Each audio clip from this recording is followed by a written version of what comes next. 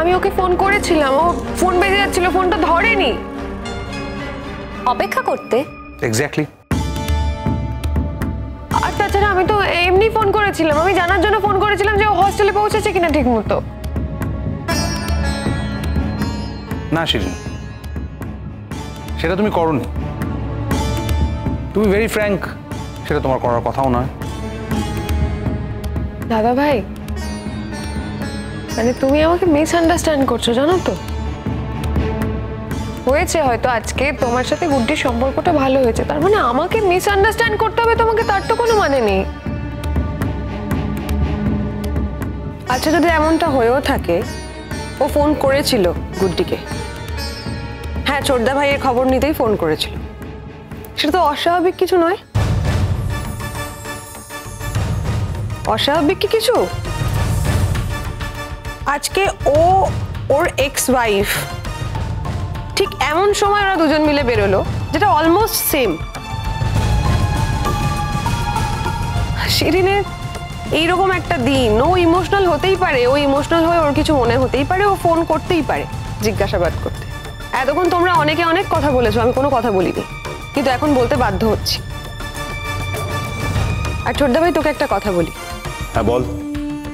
দেখ, আমি বলছিলাম যে যদি সংসারে শান্তি রাখতে চাস তাহলে এই দরজাটা বন্ধ করে দে। শোন সোহাগ, তোর তো মাথায় অত কিছু ঢোকে না, তাহলে এইটুকু তোর বোঝা উচিত ছিল আমি যদি কোনো দরজা বন্ধ না করতাম সেই দরজা দিয়ে অন্য কেউ ঢুকতে পারতো না। তুমি কি রিপেন্ট করছো নাকি অনুজ?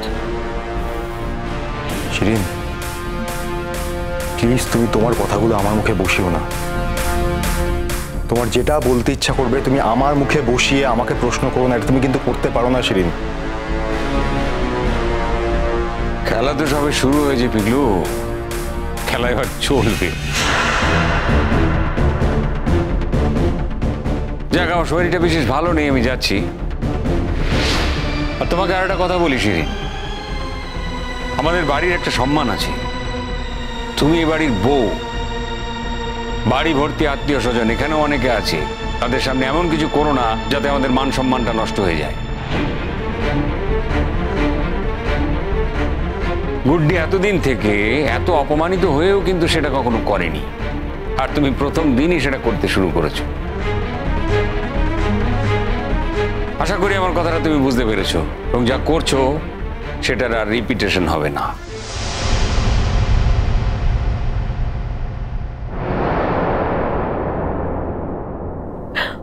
উনি সব সময় আমাকে কেন ব্লেম করেন বলো তো? না না, তুমি ওর কথা ধরো না। তবে দেখো, এই কথাও সত্যি যে তুমি নতুন বউ হিসেবে খুবই চেঁচামেচি করছো। এত চেঁচামেচি করে না মা, হ্যাঁ? তুমি নিজের স্বামীর সঙ্গে আলাদা করে বোঝাপড়া করে নাও। মাম, তুমি বুঝতে পারছো না আমার মনের ভেতরে কি হচ্ছে? কি হচ্ছে তোমার মনের ভেতর? আচ্ছা শিরিন, তোমার এরকম কেন মনে হচ্ছে যে অনুজ বোধহয় তোমার হাতছাড়া হয়ে গেল? মানে তুমি যদি অনুজের ওপর ভরসাই করো, তাহলে অনুজ গুড্ডির সঙ্গে কথা বললেই তুমি এত ইনসিকিউর ফিল করো কেন? আর তুমি তো গুড্ডিকে নিজে হাতে ধরে এই বাড়িতে নিয়ে এসেছিলে, ওর সাথে কথা বলার সুযোগ করে দিয়েছিলে। আমার মনে তো কোনো পাপ নেই,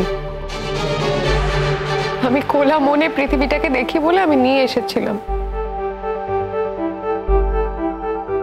সত্যি তো আমার বড্ড খারাপ লাগছে শিরিনের জন্য। আজকে প্রথম দিন আমাদের বাড়িতে এসে সমস্ত কান্না কাটি এসবের মধ্যে পড়লো। দেখ ছোটদা ভাই, আমি জানি আজকে তোদের কাল রাত্রি, কিন্তু মুখ দেখতে নেই আজকে, কথা তো তোরা বলতেই পারিস। তুমি মুখটা একটু আড়াল করে রেখো। ছোটদা ভাই, আজকে রাতের জন্য একটু কথাটা অন্তত বলে নে তোরা। না, আমার তো এখন আর নতুন করে কিছু কথা বলার নেই। কি কথা বলবো নতুন করে? ঠিক আছে, বলো না তুমি আমার সঙ্গে কথা, তোমার আমার সঙ্গে কথা বলার কোনো দরকার নেই, ঠিক আছে? পিকলু, শিরিন এখন আমাদের পরিবারের লক্ষ্মী। লক্ষ্মীকে অপমান করতে নেই, আঘাত দিতে নেই, তাতে পরিবারে অশান্তি বাড়ে। আমার মনে হয় তোমরা আলাদা করে একটুখানি বসে ভদ্রভাবে কথাবার্তা বলো, ওকে ওর যোগ্য সম্মানটা দাও। আজকে যেটা করলে আমি চাই না সেটার পুনরাবৃত্তি হোক। মাথা ঠান্ডা করে নতুনভাবে নিজেদের সংসারটা শুরু করো।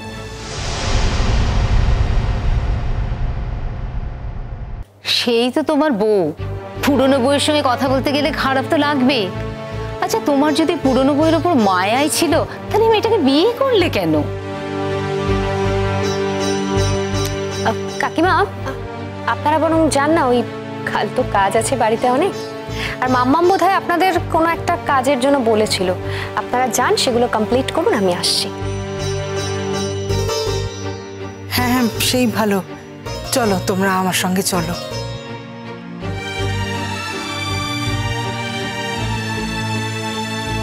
ও শিরিন, তুই মন খারাপ করে থেকো না মা, আমার খুব খারাপ লাগবে। আমি ওর হয়ে তোমার কাছে ক্ষমা চাইছি। হ্যাঁ, তুই মনটা ঠিক করে নাও, এগুলো ভুল হয়ে গেছে। দেখো মাম্মাম, আমি কোনো ভুল করিনি, আর তোমার কারো কাছে কোনো ক্ষমা চাওয়ার প্রয়োজন নেই। বাহ, ফাইনালি যে তুই সাহস করে সত্যি কথাটা বলছিস, আমার তোর একটা হাত পাওনা রইল আমার কাছ থেকে। তুই যেটা সবার সামনে বলতে পারছিস যে গুড্ডি কোনো অস্পৃশ্য নয়, অচ্যুত নয়, যার সাথে দাঁড়িয়ে কথা বলা যাবে না, যাকে হেল্প করা যাবে না, এমনটা তো নয়। সেটা যে সবার সামনে দাঁড়িয়ে তুই ফাইনালি স্বীকার করছিস, ভাবতে ভালো লাগছে, দেখে ভালো লাগছে। শিরিন, তোমাকে একটা কথা বলি, তোমার যতটুকু পাওয়ার তুমি ঠিক ততটুকুই পাবে, যতই তুমি অনুজকে বেঁধে রাখার চেষ্টা করো না কেন। একটা কথা মাথায় রেখে দিও, মানুষের মন কিন্তু কখনো জোর করে বেঁধে রাখা যায় না। মানে আমরা এই বাড়িতে যারা গুড্ডিকে ভালোবাসি, তুমি এই বাড়িতে এসছো বলে গুড্ডির প্রতি আমাদের ভালোবাসা কিন্তু কখনো কমে যাবে না।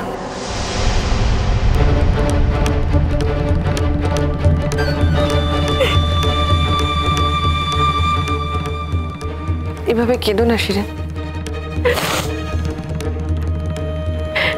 এগুলো তো অপমান, এগুলো নিচক অপমান ছাড়া আর কিছুই নয়। ঠিক আছে, তোমরা যাও, আমি মায়ের সাথে একটু কথা বলতে চাই। শিরিন, সেটাই ভালো। দেখো শিরিন, একটা কথা বলি, তুমি একটু মনটাকে ফ্রি করো, একটু হালকা করো। কেননা তুমি যে কষ্ট পাচ্ছ এটাতে কিন্তু আমাদের ভালো লাগছে না। ইনফ্যাক্ট কেউই কষ্ট পাক সেটা আমরা চাই না। তাই তুমি কাঁদলে, তুমি কষ্ট পেলে আমাদের খারাপ লাগবে। আমাদের কিন্তু চাওয়ার মধ্যে কারুর কষ্ট পাওয়াটাই নেই, কেমন? আমি একটু একা থাকতে চাই, আমি একটু মায়ের সাথে কথা বলবো। আমার না আর কোনো কথা বলতে ভালো লাগছে না। ঠিক আছে, তুমি একটু কথা বলে নাও, আর একটু পরে তো আশীর্বাদ, সবাই তোমাকে আশীর্বাদ করবেন। আমি যাই, ওদিকটা একটু রেডি করে নিই। ছোটদা ভাই, একটু থাকিস ওর সঙ্গে। না, ঠিক আছে, ও যখন একা থাকতে চাইছে আর ওর মায়ের সঙ্গে কথা বলতে চাইছে, ওর এখন একটু একা থাকাই ভালো। আর ফ্র্যাঙ্কলি স্পিকিং, আমি এখন একটু একা থাকতে চাই।